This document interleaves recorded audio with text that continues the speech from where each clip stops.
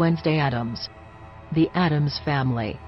The iconic daughter of the creepy and kooky Addams family. In the television show, Wednesday was a friendly, sweet girl whose only oddity was to collect spiders. But her more familiar appearance is a pale-faced, gothic girl who never smiled, had a deadpan attitude, and was obsessed with physically harming, or even killing her brother Pugsley. Maybe it was her own way of showing love for her brother. She has a collection of severed dolls' heads, and her favorite doll was guillotined by Pugsley. Together, the two kids are quite sadistic, enjoying the misery of others, and consider touring graveyards and torturing one another to be fun. Thankfully, The Addams Family is a comedy, or Wednesday would have been sent off to the nearest mental hospital years ago, although the ironic thing is she would probably enjoy it.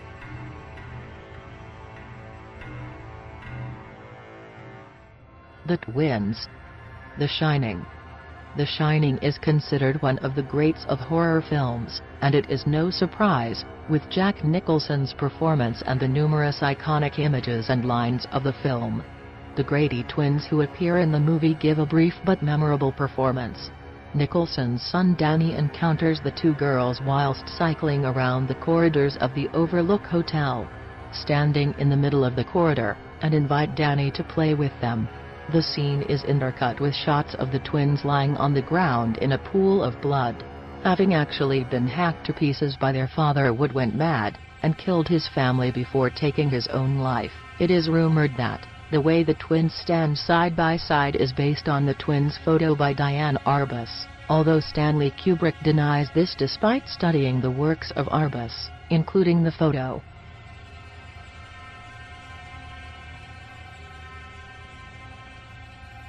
Eli and Abby. Let the Right One In or Let Me In.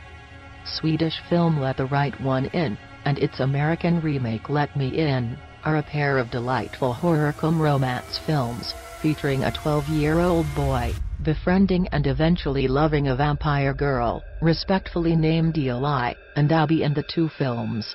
While appearing young due to their immortality, and are seemingly innocent, both girls need human blood to live, forcing their guardians to venture out and murder people.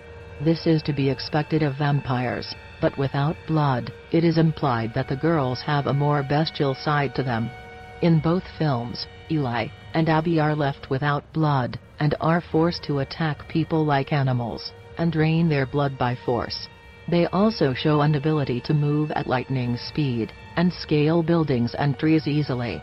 Two particular creepy scenes in both films involve Eli and Abby lapping up spilt blood like a dog when their friend cuts his finger, and when they enter the boy's apartment uninvited, and start bleeding from every orifice until he invites them in. In a surprising turn, it turns out in the novel the films are based on, Eli is in fact a boy who was castrated when he was turned into a vampire.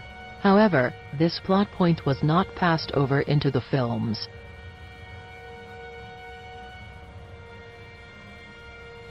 Alessa Gillespie. Silent Hill. This poor psychic girl had a rough life living in Silent Hill. Pretty much born and raised by her mother to be a host for an evil god, which Alessa would eventually give birth to. Through a traumatizing ritual to impregnate Alessa, she received severe burns, and part of her soul split away to be reborn as baby Cheryl Mason, who would have a role to play in future events. Alessa was hidden away in the basement of the local hospital, forced to stay alive due to an incantation put on her by her mother.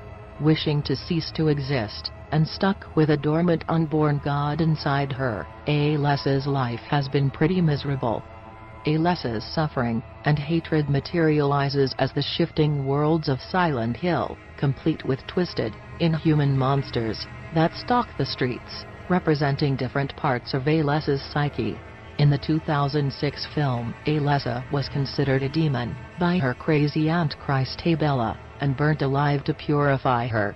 And it didn't help that beforehand, she was bullied by her fellow students, and raped by a janitor. Alessa was saved, but ended up in hospital, with a charred body, and a fury to match. She manifested her anger into Dark Alessa, a burned, sinister, and delightfully creepy incarnation of herself, who engulfed Silent Hill in darkness to punish those who had wronged her. Dark Alessa is a particularly creepy girl, who wants nothing more than to exact revenge of her tormentors, and dance in their blood. Alessa also frees her goodness as Sharon da Silva, who is later lured back to Silent Hill to reunite with Dark Alessa. With help from Rod Mitchell's character, Alessa is able to break into the Church of the Evil Cult, who condemned her to exact bloody vengeance upon them.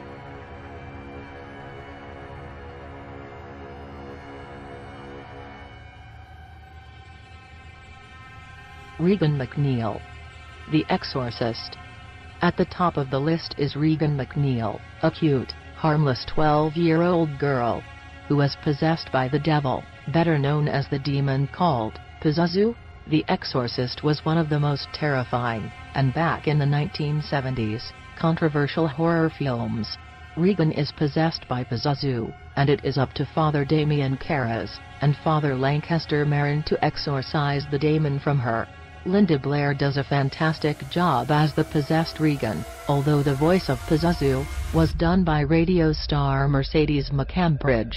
Linda had quite a lot to deal with in the film. Not only was she thrown around a lot in stunt work, but the iconic exorcism scenes were shot inside a freezer, with Linda only wearing a nightie. Nevertheless, Regan is a marvelous horror villain, even though it is Pazuzu who is in control, because everything she does is creepy and disturbing.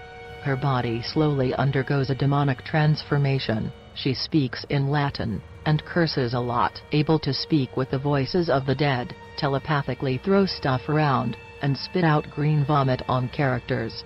But those are just the tip of the scary stuff Regan does. She curses a lot, as said before, telling her own mother to molest her, and is a shocking scene.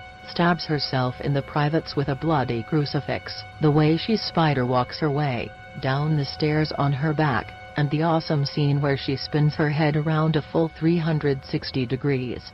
The exorcism scene is a moment of sheer chills, Regan putting up quite the fight against the two holy men, spitting slime in their face, tormenting Carras with the voice of his late mother, and even faking the release of Regan by floating up into the air and down again.